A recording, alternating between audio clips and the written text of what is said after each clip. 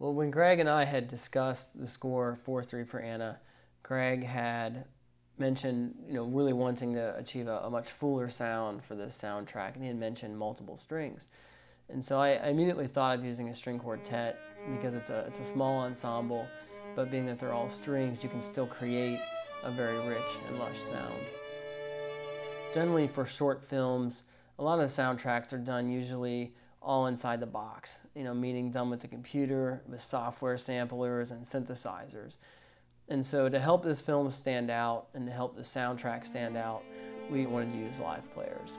From a composing standpoint, it's really the most creative because you can go straight from your head straight to the notation without having the limitation of your hardware or your software getting in the way. My favorite scenes in the film that I felt like we really utilized the string quartet in two different ways would be near the beginning of the film, where Tom and Jacob are in the kitchen. They're starting to go back and forth, and the four strings are playing very short notes and kind of playing off of each other, and it works out very well. Scared the living shit out of me. Boo. Excuse me. Tom. It was a joke, Tom. Tom!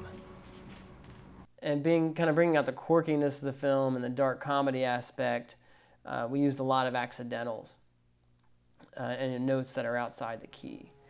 There's a scene where Tom and Jacob are again kind of going at each other's throats in the viewing area with the casket. There's several instances where the violins are kind of trailing down outside of the key, and I think it's very interesting. Something to be said about being gay. It's certainly already come out of your mouth. Oh, I can say more. Don't bother. You know, Jacob, enough.